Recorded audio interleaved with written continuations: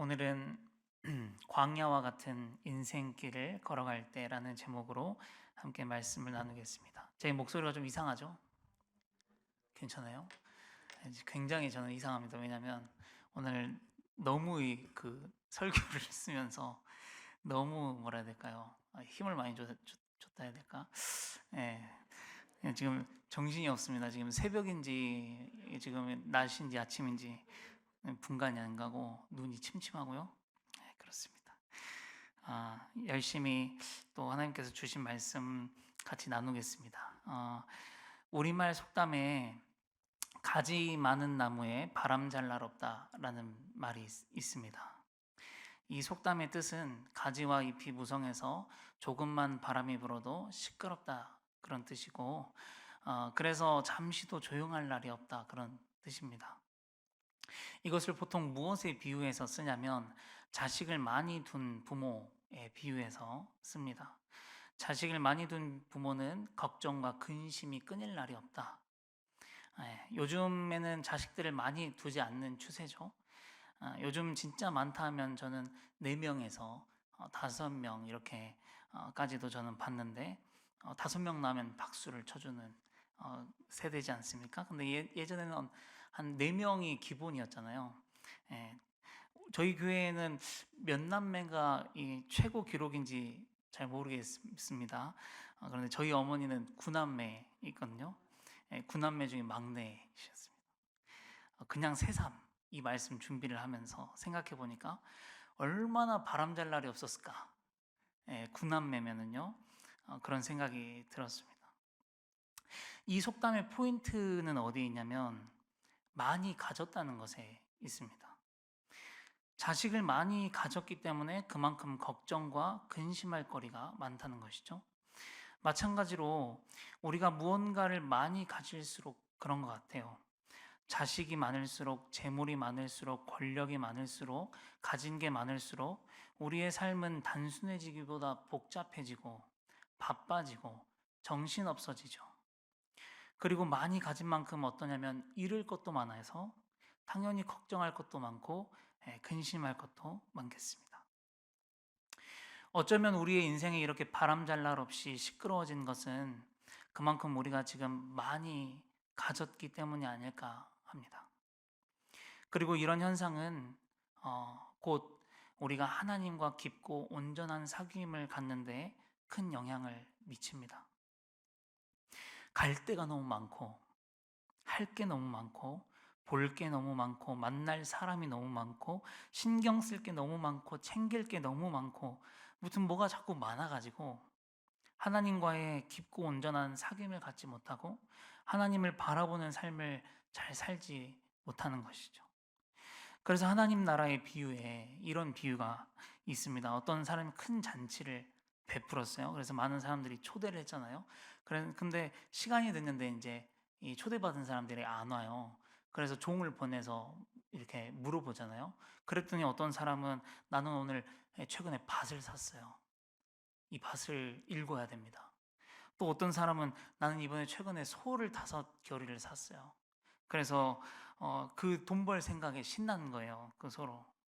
또 어떤 사람은 최근에 막 장가를 들었다는 거예요. 부럽습니다. 막 장가를 들었다는 거예요. 그래서 즐겨야 된다는 거예요. 그래서 못 온다는 거예요. 다들 살 길이 바쁜 거예요.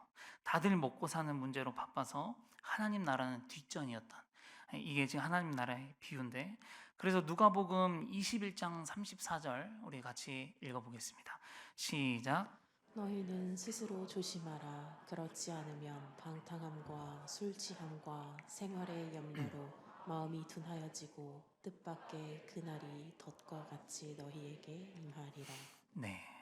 또 마태복음 24장 38, 39절 읽겠습니다. 시작. 홍수전에 노아가 방주에 들어가던 날까지 사람들이 먹고 마시고 장가들고 시집가고 있으면서 홍수가 나서 그들을 다 멸하기까지 깨닫지 못하였으니 인자의 임함도 이와 같으리라. 아멘. 이 모습이 바로 가진 게 하도 많아서 바람잘 날 없는 현대인의 모습 아닙니까? 그러면 여러분, 광야는 어떤 곳일까요? 지금까지 우리 현대 모습을 살펴봤다면, 바람 잘 날 없는 이 현대 모습이었다면, 광야는 어떤 곳인가요? 우리는 광야를 고난과 어려움으로만 생각합니다. 그래서 광야는 우리에게 안 좋은 이미지예요. 그래서 우리는 광야를 만날 때마다 기도 제목을 올립니다. 광야를 만날 때마다 하나님께서 왜 나에게 광야를 자주 보내시는지 그 의문을 품습니다. 어쩔 때는 진짜 짜증이 나기도 하고, 어쩔 땐 눈물이 마르지 않기도 하고, 잠도 안 오고 고통스럽고, 또 참고 참아보기도 하고, 두렵고 불안하기도 하고요. 도대체 나한테 왜 이러시는지 모르겠다. 그게 광야잖아요. 그런데 광야를 이렇게 한번 생각해 보겠습니다. 광야는 하나님만 계시는 곳입니다. 광야에는 아무것도 없어요. 조금 더 정확하게 말하면 광야에서는 내가 가지고 있는 것들이 전혀 도움이 되지 않는 곳이에요. 내가 가진 물질, 내 인맥, 나의 지위나 권력 이런 것들로 해결할 수 없는 곳이 광야입니다. 이런 것들이 통하면 그곳은 광야가 아닙니다. 그것은 그 사람에게 문제가 아니죠. 해결할 수 있으니까. 그러나 내가 가진 것들이 하나도 도움이 되지 않는 그곳이 바로 광야이죠. 그리고 그 광야에는 오직 누구만 계십니다. 하나님만 계시는 것이죠. 그곳으로 하나님은 우리를 인도하실 때가 있다는 것입니다. 그렇다면 이유가 있지 않겠냐는 거예요. 그 이유가 뭐냐면 하나님과 깊은 교제입니다. 성경에 보면 하나님께서 정말 사랑하시는데 정말 바람 잘 날 없이 살았던 인물이 있습니다. 누굴까요? 다윗입니다. 또 하나님께서 정말 사랑하시는데 광야를 마치 내 집 드나들듯이 드나들었던 사람이 있어요. 누굴까요? 마찬가지로 다윗입니다. 다윗의 인생을 이렇게 보잖아요. 어렸을 때는 가족들에게 무시당하고요. 조금 커서는 사울 왕에게 쫓겨다니고요. 왕이 돼서는 사랑하는 아들에게 쫓겨다녀요. 다윗의 인생이었습니다. 그 중에 오늘 우리가 함께 보는 시편 63편이 바로 믿었던 신하 아이도벨과 자기가 사랑하는 아들 압살롬의 영모 반란으로 인해서 광야로 유다 광야로 쫓겨가서 쓴 시입니다. 혹시 오늘 이 자리에 믿었던 사람에게 뒤통수를 맞거나 사랑하는 자식에게 혹시 이런 뒤통수를 맞는 그런 경험을 해보신 분이 계십니까? 정말 비참하고 가슴 아픈 배경을 가진 시가 바로 이 시인데 오늘 이 시가 그런 성도님들에게 정말 위로가 될 수 있기를 바랍니다. 이런 생각 해봤습니다. 하나님께서는 왜 다윗을 그렇게 사랑하시면서 이렇게 힘든 삶을 살게 하실까? 왜 이렇게 자주 광야로 가게 하실까? 묵상하다가 이런 생각이 들었어요. 그러면 다윗이 사는 곳은 어디냐면 왕궁입니다. 왕궁은 모든 것이 있는 곳이에요. 결핍이라고는 찾아볼 수 없는 곳이 왕궁입니다. 만약에 하나님께서 다윗을 광야로 인도하지 않으시고 평생 모든 것이 있는 이 왕국에서 편하게 살게 하셨더라면 어떻게 됐을까? 아마 지금 우리가 알고 있는 다윗이 없었을 것 같습니다. 그 수많은 구구절절한 시편들도 없었을 것입니다. 인생 속에서 하나님을 바라봤던 이야기, 고난과 고통 속에서 하나님의 도우심을 입었던 이야기도 아마 없었겠지요. 반면 솔로몬 왕을 생각해 보면 어떻습니까? 솔로몬의 인생은 정말 별다른 굴곡이 없었어요. 이스라엘 최고의 번영을 누리고 아주 크고 위대한 성전을 짓고 광야 한 번 쫓겨간 본 적이 없었던 왕이 솔로몬. 그리고 여러 나라의 딸들과 결혼하면서 왕궁에 살았어요. 그러다가 인생의 말로가 아주 안타깝게 된 것을 우리는 봅니다. 성도님들 보시기에 무엇이 축복으로 보이십니까? 우리의 인생에 참 광야가 많습니다. 힘드시죠? 그런데 이것은 하나님의 은혜라는 것입니다. 우리가 하나님을 경험하고 하나님을 배워갈 수 있는 기회입니다. 우리의 인생 속에 하나님의 이야기가 담길 수 있는 기회입니다. 주님은 그곳으로 우리를 인도하신다는 겁니다. 우리가 가진 걸로는 안 되는 곳으로 인도하십니다. 그래서 찬양의 가사에 오직 주님만 내 도움이 되시고 주님만 내 빛이 되시고 주님만 내 친구가 되시는 곳, 주님 손 놓고는 단 하루도 살 수 없는 곳이 광야라고 이야기합니다. 주님 우리를 거기로 인도하십니다. 그것은 주님 자신을 우리에게 보이시기 위함입니다. 주님은 그 문제가 어렵지 않기 때문이에요. 주님은 자신이 있으세요. 주님은 자신이 있으시니까 우리를 데리고 가는 겁니다.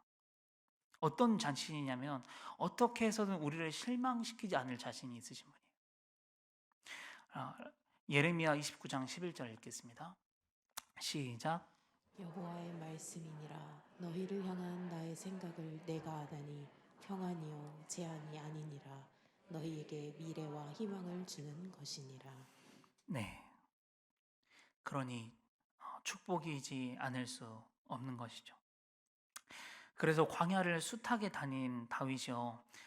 시편 23편에 고백을 해요. 한번 같이 읽어볼까요? 시작. 여호와는 나의 목자시니 내게 부족함이 없으리로다. 그가 나를 푸른 풀밭에 누이시며 쉴만한 물가로 인도하시는도다. 내 영혼을 소생시키시고 자기 이름을 위하여 의의 길로 인도하시는도다. 내가 사망의 음침한 골짜기로 다닐지라도 해를 두려워하지 않을 것은 주께서 나와 함께 하심이라. 주의 지팡이와 막대기가 나를 안위하시나이다. 주께서 내 원수의 목전에서 내게 상을 차려주시고 기름을 내 머리에 부으셨으니 내 잔이 넘치나이다. 내 평생의 선하심과 인자하심이 반드시 나를 따르리니 내가 여호와의 집에 집에 영원히 살리로다. 아멘. 네, 부족함 제일 많았던 다윗, 숱하게 광야를 드나들었던 그 다윗이 여호와는 나의 목자시니 부족함이 없대요. 부족함이 제일 많은 사람이 부족함이 없대요. 하나님께서 다윗을 광야로 보내시는 것은 왕궁은 나의 평안이니 내게 부족함이 없으리로다, 이게 아니라 오직 여호와가 나의 인생에 나에게 목자이시니 내게 부족함이 없다라는 고백을 듣기 위함이고 하게 하기 위함이에요. 푸른 풀밭과 쉴만한 물가, 왕궁이 되어서는 안 되는 거죠. 내 영혼의 안식을 누리는 곳인데 만약 하나님께서 다윗을 광야로 보내시지 않았다면 다윗의 푸른 풀밭과 쉴만한 물가가 어디였겠어요? 왕궁이었겠잖아요. 그렇죠? 그러나 하나님께서는 다윗을 광야로 보내셔서 어떤 고백을 하게 하시냐면 주께서 나를 푸른 풀밭으로 보내시고 나를 쉴만한 물가로 인도하시는 분이라는 걸 고백하게 하시는 거죠. 4절 5절도 마찬가지. 다윗이 사망의 음침한 골짜기를 많이 다녔는데 그렇게 해를 두려워하지 않을 것은 다윗이 가지고 있는 용맹한 수하들이나 군사력이 아니라 하나님이시는 거고, 자신의 원수의 목전에서 자신에게 상을 차려주시는 분도 자기의 국력이 아니고 하나님이시고, 그 고백인 것이죠. 사랑하는 성도 여러분, 우리의 인생도 참 바람잘 없고 이해가 안 되는 광야의 연속이지만 이 광야를 지금 꿋꿋이 지나고 계시는 성도님들 한 분 한 분을 정말 격려해 드리고 싶습니다. 그리고 이 광야를 지나면서 꼭 하나님을 알게 되시기를 바랍니다. 그리고 여호와는 나의 목자시니 내게 부족함이 없다고 고백할 수 있는 우리 성도님들 되시기를 축복합니다. 이제 어떻게 하나님을 광야에서 배울 수 있는가? 지금부터는 성경 안에 인물들 중에서 광야 속에서 하나님을 배웠던 사람들의 이야기를 해보려고 합니다. 먼저 아브라함 좀 생각해 보겠습니다. 어느 날 벼랑간 갑자기 하나님께서 잘 살고 있는 아브라함에게 찾아오셔가지고 너는 너의 고향과 아버지의 집을 떠나서 내가 내게 보여줄 땅으로 가라, 그렇게 하시잖아요. 그 땅은 젖과 꿀이 흐르는 땅이라는 거예요. 여호와 하나님께서 약속하신 땅이라는 거예요. 반드시 주시겠다는 거예요. 그래서 주의 음성을 듣고 주시겠다. 그 길을 떠났어요. 하나님께 물으면서 어찌어찌 그 길을 갔어요. 근데 아브라함이 맞아야 했던 현실이 뭘까요? 말씀 읽어보겠습니다. 창세기 12장 1절하고 6절 두 절인데 읽겠습니다. 시작. 여호와께서 아브라함에게 이르시되 너는 너의 고향과 친척과 아버지의 집을 떠나 내가 내게 보여줄 땅으로 가라. 6절이요. 아브라함이 그 땅을 지나 세겜 땅 모래의 상수리 나무에 이르니 그때에 가나안 사람이 그 땅에 거주하였더라. 네. 하나님께서 분명히 그 땅을 주시겠다고 가라고 해서 집을 떠나서 왔더니 이미 다른 사람들이 있는 거예요. 당황스러운 거예요. 하나님의 음성을 듣고 온 것이 당황스러운 거예요. 그 땅을 못 들어가요. 말이 안 되죠. 기분 나쁜 일이죠. 굉장히 당황스러운 일이에요. 제가 필리핀을 단기 선교를 갔는데 순천 성광교회 제 모교인데 거기서 이제 필리핀에 학교를 세웠어요. 그래가지고 학교가 완공되는 시점 맞춰가지고 저희가 이제 가서 전도를 하고 학교를 이렇게 소개를 하고 거기에 이제 데리고 와서 거기서 이제 사역을 하는 거였는데 저희가 갔는데 공사 중 당황스러운 겁니다. 우리 거기서 자야 되거든요. 문도 없고 창문도 없고 화장실도 없고 나방이 엄청 커요. 또 나방이 이렇게 큰데 거기서 텐트 치고 잤어요. 하여간 당황스러운 거예요. 그래서 그렇게 당황하다가 말씀에 보면은 거기서 베델 동쪽 산으로 옮겨서 장막을 쳤대요. 그리고 점점 남방으로 갔대요. 남쪽으로. 그런데 또 무슨 일이 일어나는가? 창세기 12장 10절 15절이요. 읽겠습니다. 시작. 그 땅에 기근이 들었으므로 아브라함이 애굽에 거류하라고 그리로 내려갔으니 이는 그 땅에 기근이 심하였습니다. 그가 애굽에 가까이 이르렀을 때에 그의 아내 사레에게 말하되 내가 알기에 그대는 아리따운 여인이라 애굽 사람이 그대를 볼 때에 이르기를 이는 그의 아내라 하여 나는 죽이고 그대는 살리리니 원하건대 그대는 나의 누이라 하라. 그러면 내가 그대로 말미암아 안전하고 내 목숨이 그대로 말미암아 보존되리라 하니라. 아브라함이 애굽에 이르렀을 때에 애굽 사람들이 그 여인이 심히 아리따움을 보았고 바로의 고관들도 그를 보고 바로 앞에서 칭찬함으로 그 여인을 바로의 궁으로 이끌어 들인지라. 네. 하나님께서 말씀하셨고 하나님께서 가라고 해서 왔어요.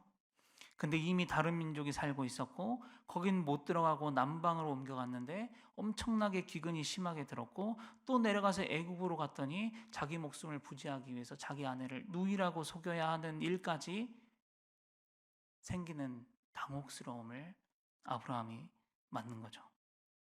어쨌든 결국은 하나님께서 가나안 땅에 들어가게는 하시지만 그 여정이 쉽지 않은 것이에요.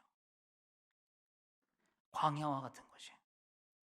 그런데 어쩌면 더 답답할 노릇은 뭐냐면 하나님께서 계속 내가 이 땅을 너에게 주시겠다는 거예요. 계속 그렇게 말씀한다. 자신이 처한 상황은 아무리 봐도 아니에요. 여러분 우리도 이런 고민하지 않습니까? 저도 그런 고민을 한 적이 있어요. 하나님께서 이 길로 저를 부르셨어요. 그래서 처음에는 출발을 했어요. 근데 가다 보니까 무거운 거예요.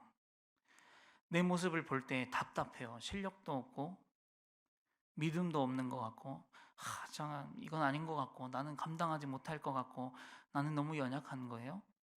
차라리 저 말고 저 사람 쓰시라고. 난 좀 아닌 것 같다고. 그렇게 그랬으면 좋겠는 거예요. 그럴 때가 있어. 그런데 하나님께서 저에게 말씀하시는 거예요. 내가 너를 통해 할 일이 있다. 너를 통해 사람을 살리기 원한다. 사랑하는 성도 여러분, 혹시 지금 처한 상황이 전혀 아닌 것 같을 때가 있어요. 뭔가 병이 낫지도 않는 것 같고 상황이 바뀌거나 나아지는 것도 아닌 것 같고 오히려 더 벼랑 끝으로 몰려가는 것 같고 자꾸 작아지게 만들 때가 있어요. 그때 우리가 해야 될 게 뭐냐면 하나님의 말씀을 듣는 겁니다.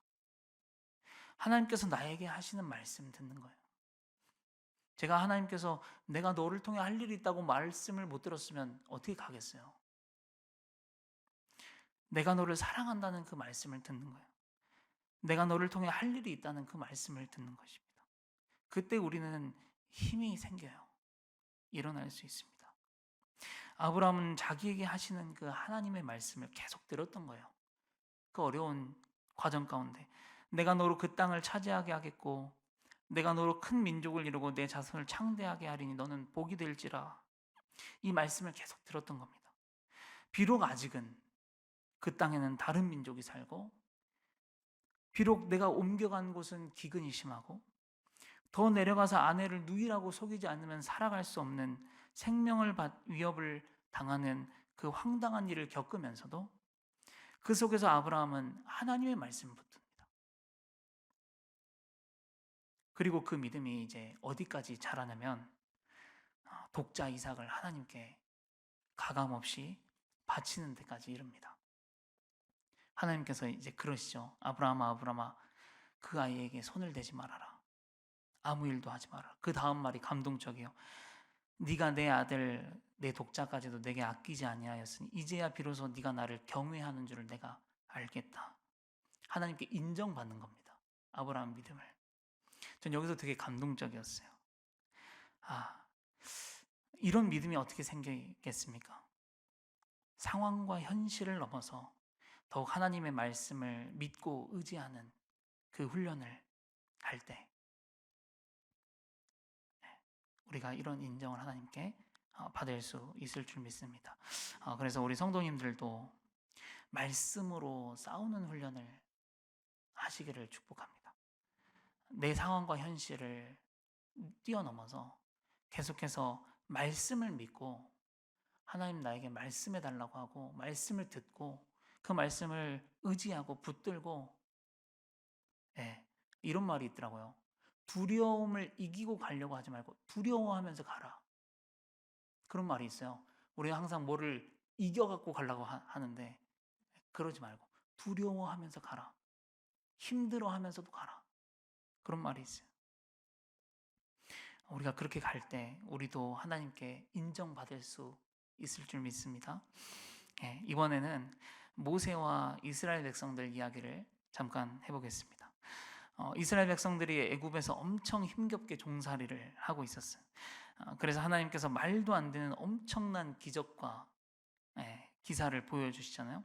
10가지 재앙, 홍해를 막 가르고 반석에서 물이 터져 나오고 막 그래서 하나님의 살아계심을 만천하에 막 나타냈어요. 그래서 이스라엘 백성들이 출애굽을 했습니다. 그래서 이스라엘 백성들이 광야에 나와가지고 막 좋아서 노래를 불러요. 모세의 노래, 미리암의 노래 있습니다. 내용이 이래요. 주님은 높고 영화로우시며 말과 그 탄자를 바다에 던지셨음이로라. 여호와는 나의 힘이요 노래시며 나의 구원이시리로다. 그가 바로의 병거와 그의 군대를 바다에 던지시니 최고의 지휘관들이 홍해에 잠겼고 깊은 물이 그들을 덮으니 그들이 돌처럼 깊음 속에 가라앉았도다. 주께서 진노를 바라시니 그 진노가 그들을 지푸라기 같이 사르나이다. 이렇게 노래를 한단 말이에요. 그렇게 주님의 능력을 체험하고 노래를 지어서 신나게 부른 다음에 무슨 일이 생기는지 아세요? 한번 보겠습니다. 출애굽기 15장 22, 25절 시작. 모세가 홍해에서 이스라엘을 인도하매 그들이 나와서 수르 광야로 들어가서 거기서 사흘 길을 걸었으나 물을 얻지 못하고 마라에 이르렀더니 그곳 물이 써서 마시지 못하겠으므로 그 이름을 마라라 하였더라. 백성이 모세에게 원망하여 이르되 우리가 무엇을 마실까 하매 모세가 여호와께 부르짖었더니 여호와께서 그에게 한 나무를 가리키시니 그가 물에 던지니 물이 달게 되었더라. 거기서 여호와께서 그들을 위하여 법도와 율례를 정하시고 그들을 시험하실세. 네, 방금 전까지만 해도 막 안도의 숨을 내쉬면서 승리의 기쁨을 불렀던 이스라엘 백성들이 그 다음 만난 곳이 어디라고요? 수르 광야. 사흘 길을 걸었으나 물을 얻지 못하니라. 왜 갑자기 이런 곳을 만났는가? 25절 마지막 부분에 거기서 여호와께서 그들을 위하여 법도와 율례를 정하시고 그들을 시험하셨다. 하나님께서 광야로 인도해 가셨다는 겁니다.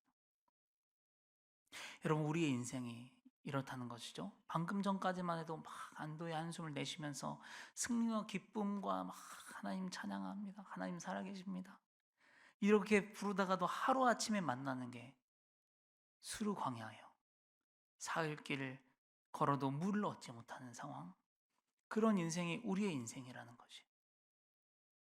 그런데 여기서 모든 이야기가 끝나면 우리가 생각해 볼 것이 없겠지만 여기서 끝이 아니라는 거죠. 여기서부터가 새로운 시작이에요. 여기서부터가 하나님을 배우고 하나님 나라와 법도와 율례를 배우고 오직 하나님만으로 만족하는 삶, 하나님 말씀을 듣고 살아가는 삶을 이제 훈련하기 시작하는 겁니다. 여러분, 더 놀라운 건 뭐냐면 이스라엘 백성들이 그렇게 40년 동안 뺑뺑이를 돌고 이제 이런 고백을 하는 거죠. 신명기 8장 2절부터 4절 시작. 내 하나님 여호와께서 이 40년 동안에 내게 광야길을 걷게 하신 것을 기억하라. 이는 너를 낮추시며 너를 시험하사 내 마음이 어떠한지 그 명령을 지키는지 지키지 않는지 알려 하심이라. 낮추시고 너를 줄이게 하시며 또 너도 알지 못하며 내 조상들도 알지 못하던 만나를 내게 먹이신 것은 사람이 떡으로만 사는 것이 아니요 여호와의 입에서 나오는 모든 말씀으로 사는 줄을 내가 알게 하려 하심이라. 이 40년 동안에 내 의복이 헤어지지 아니하였고 내 발이 부르트지 아니하였느니라. 아멘. 이거 알려주시려고 하시는 것이죠. 여러분, 이 고백은요, 중요한 건 뭐냐면 애굽에서 평생 살면서는 할 수 없는 고백입니다. 다윗이 왕궁에서만 평생 살았으면 할 수 없는 고백이, 오직 광야를 지나갈 때 할 수 있는 고백이. 여러분, 우리는 하나님 아버지께 이렇게 기도하잖아요. 하나님, 일이 잘 되게 해주시고 합격하게 해주시고 평안하게 해주시고 아무 일 없게 해주시고. 여러분, 사실 이거는 뭐냐면 내가 가진 왕궁을 지키는 기도입니다. 하나님의 뜻과는 맞지 않는 기도일지 모르겠어요. 물론 인간이라 그런 기도 해야 되겠지. 해도 뭐 주님께서 뭐 그렇게 뭐라고 하시겠습니까마는 하나님의 뜻과 합당한 기도인가 그런 생각이 들어요. 우리가 왕궁을 지키는 기도만 하지 않는가 한번 생각해 보셔야 됩니다. 저 광야로 안 가고 싶어요. 저 왕궁에 있을래요. 하는 기도만 하고 있는 게 아닌가 하는 것이죠. 그런데 주님의 뜻은 뭐냐면 나는 너희가 사람이 떡으로만 사는 것이 아니라 여호와의 입에서 나오는 말씀으로 사는 줄 네가 알았으면 좋겠다 라고 하는 것입니다. 그런데 우리가 항상 이 사실을 망각하니까 조금만 일이 생기면 하나님 왜 자꾸 나를 이렇게 하시냐고, 왜 내 평안을 깨시냐고, 왜 이렇게 제 삶을 바람 잘 날이 없냐고, 또 왔다고 광야가, 또 고난이 지나간 지 얼마나 됐다고 또 주시냐고. 네. 사실 고난 좋아하는 사람은 없습니다. 저도 마찬가지고요. 그런데 고난을 지나고 있다면 우리가 한 번 더 기억하자는 것입니다. 뭐냐면 하나님께서는 내가 내 왕궁에 있는 것, 내가 가진 것으로만 만족하며 사는 걸 원하지 않으시는구나. 하나님의 자녀라면 마땅히 하나님의 말씀으로 살 수 있어야 하는구나. 하나님께서 이걸 원하신다는 것을 우리가 깨닫기를 원합니다. 수많은 선지자들도 하나님 말씀을 의지하며 살았어요. 히브리서 10장인가요? 거기 보면 믿음의 선진의 이야기들이 나와요.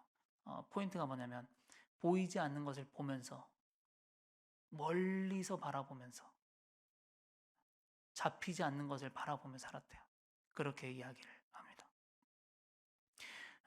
심지어 예수님께서도 공생의 사역을 시작하면서 마귀에게 끌려가서 시험 받으시는 게 그 내용이잖아요. 사람이 떡으로만 사는 게 아니다. 그거 알려주시려고 하시는 겁니다. 사람이 살기 위해서 진짜 필요한 건 하나님이다. 오직 하나님의 말씀이다. 말씀을 들어야 된다.